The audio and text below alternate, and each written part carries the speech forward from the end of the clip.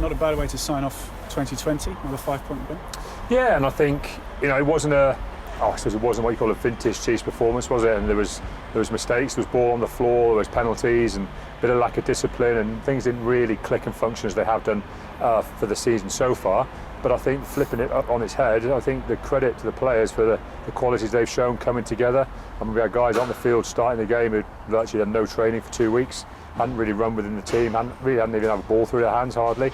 I think it's a great credit to them that they've turned up and, as I say, won a Premiership game of rugby against a kind of a well-respected local derby opponent, and they've come up with the points. And I think that probably shows the things I'd really like to focus on this week, the lads, is that they've turned up, they've got on with it in tough circumstances, and they've seen themselves through. They've driven themselves through there, because I could tell there was a few lads out there looking a bit leggy and a bit blowy, and that's a big thing about when you've been kind of inactive for 2 weeks, is actually getting yourself up and running and your lungs open up, and that crispness of passing and crispness of movement, all of those things, they take a little bit of getting used to, even when you've been playing a lot of rugby together. And so for them to come through, and although there was some hairy moments in there, wasn't there? But the hairy moments were created by that lack of training and lack of time together. But the big quality was that we stood and we fought, and we made the points go our way, and I've got to give the players great credit for that. How tough has this last fortnight or 10 days kind of been with everything that has been going on? Well, it has been up in the air. I mean, I don't mind telling you, I phoned Tony Rowe, I think about 11:30 on Christmas Eve, because that was when our results from testing on Thursday morning, our last results came through. Because up until then, we didn't even know if today's game was going to go ahead, because we knew we pretty much needed a clean bill of health from our last test. We're very fortunate we had 100% negative results, which meant we could kind of go into this game with real confidence and be allowed to have no issues around Public Health England or safety here with the pit players who are involved here today.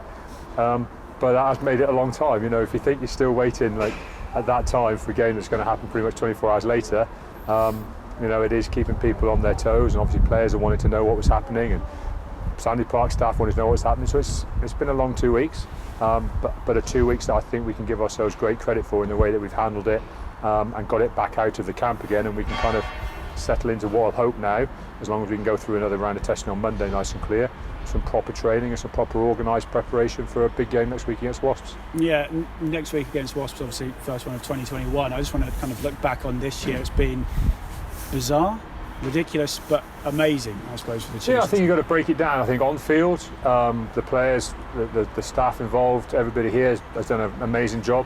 To win the 2 trophies as we did.